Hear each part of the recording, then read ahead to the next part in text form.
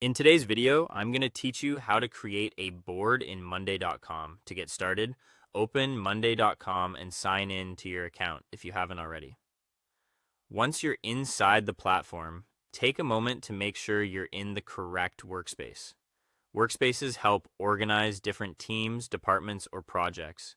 So choosing the right one from the beginning will make your board easier to find and manage later. After you've opened the workspace where the board should be created, look for the option to add something new. Depending on your view, this may appear as an Add button or a New Board button. Click that option to begin creating your board. This is where the setup process starts, and Monday.com will guide you through the basics. Next, enter the name of your board. Try to choose a clear and specific name that reflects the purpose of the board. For example, instead of using a vague title, it's better to use something that makes the board instantly recognizable to you and your team. A strong board name helps everyone understand what the board is for without needing extra explanation. Once the name is in place, select the board type. Monday.com typically gives you options based on who should be able to access the board. This is an important choice because it affects visibility and collaboration.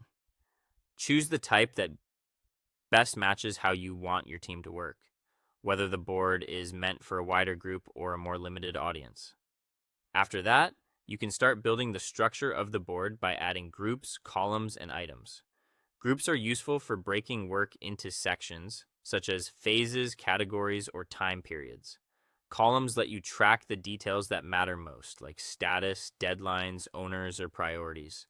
Items are the actual tasks, projects, or entries you want to manage inside the board. As you add these elements, think about keeping the layout simple and practical so it stays easy to update over time.